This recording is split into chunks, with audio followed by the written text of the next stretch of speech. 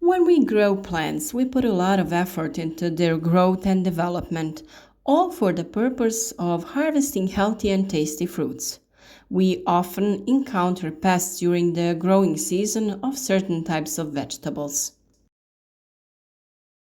There are big challenges when that happens because we all want to keep the natural way of growing without the use of different chemical preparations. One of the biggest problems in many gardens, especially in time of prolonged rainfall, are snails and slugs.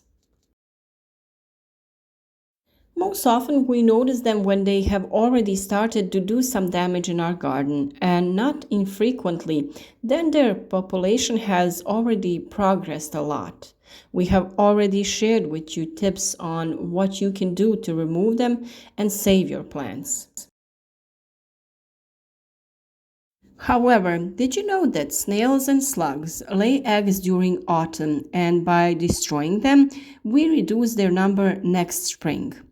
In today's video, we will talk about what you can do to reduce the possibility of their appearance in the spring as much as possible.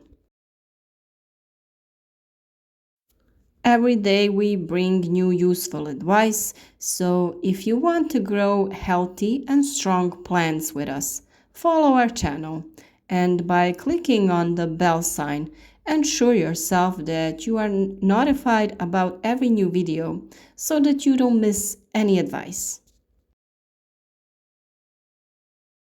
We are slowly entering autumn, and now is the time when we can influence the number of snails and slugs in gardens and flower beds for next year. During this period, they lay eggs that will overwinter and from which a new generation of various pests will develop in spring. After a dry summer period, autumn rains will moisten the soil, making it looser. Then there is enough moisture for the adult snails and slug to move around, finding several and various dark, damp locations to crawl into and lay their eggs. The biggest headache is caused by the Spanish snail Arion vulgaris. It's a reddish-brown slug, which is characterized by rapid reproduction, and one individual can lay between 200 and 400 eggs.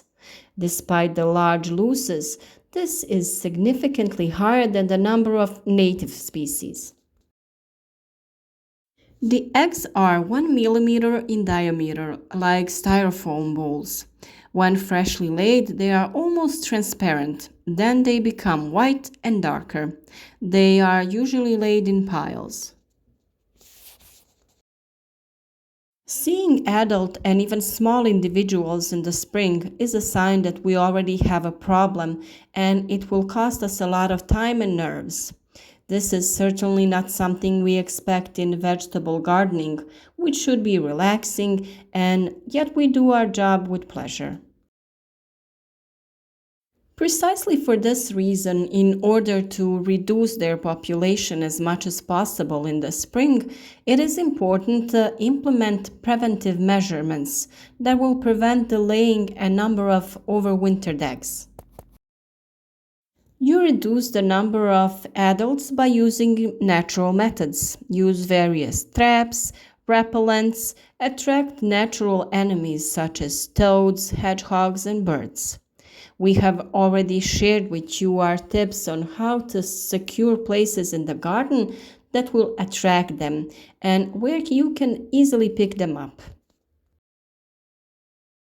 Pieces of wood, larger stones placed in some wet places will definitely attract them, and you will easily remove at least part of the problem.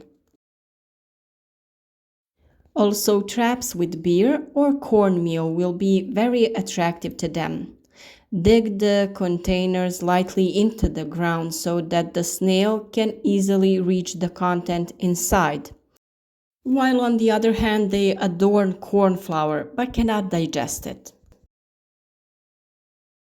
It is very important to remove plant debris.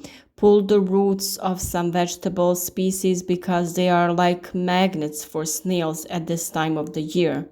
You will find the most piles in the roots of the eggplant and next to the underground part of the beet, closer to the neck, that is the surface of the soil. Be especially careful when removing the remains of the eggplant because when you put it on the compost pile, you could be in for an unpleasant surprise. It is precisely in the roots that a large number of laid eggs are hidden, which you would not even pay attention to in the rush to do everything around the garden.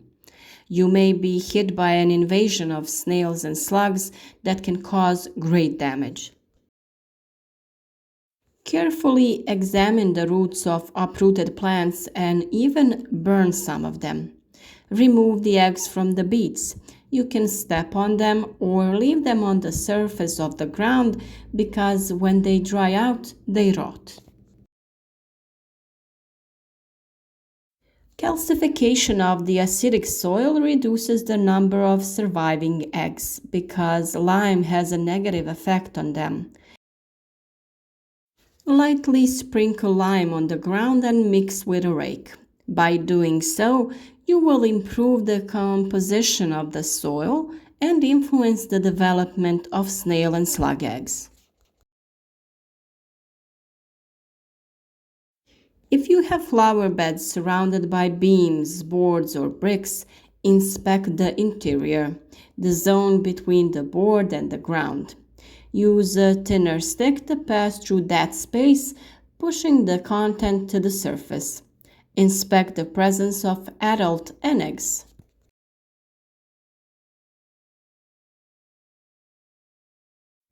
You can cover the compost pile with a strong solution of warm wood or other plants that repel them with their smell, such as nettle and garlic. The time when we put large amounts of waste on the compost is autumn, so it is recommended to turn the content of the compost regularly in order to see possible accumulation of eggs. It is common knowledge that ash has a good effect on creating compost and has a negative effect on snails. Mix the ash and the compost in a small amount. Watermelon season isn't over yet. Use watermelon rinse to attract as many slugs as possible, then pick them up and remove them. At the end of the growing season, many people abandon the area they are growing the plants, and that's not good. Mow the grass around your garden and keep the garden weed-free. Suppression of slugs and snails is a long-term job, and there is no guarantee that you will destroy them all. But in the spring, their number will be reduced, which gives the young plants an advantage to grow and avoid the invasion of this pest. The topics of our videos are always related to current tasks and problems we face in the garden, so we hope that this video will also come at the right time. Use our tips to spot snails and slug eggs in time. Choose the method that suits you best, because now is the right time to prevent the spring invasion of these little gluttons. If you found this video useful, give it a like and share it with your friends so that others can benefit from our advice. And don't forget, we upload a new video every day that will be useful to you, and it will help you get better at growing and maintaining vegetable gardens and orchards. You can easily support our work by following our channel. And don't hesitate to contact us in the comments. Write where you are following us from, and we are always here for you with any questions you may have.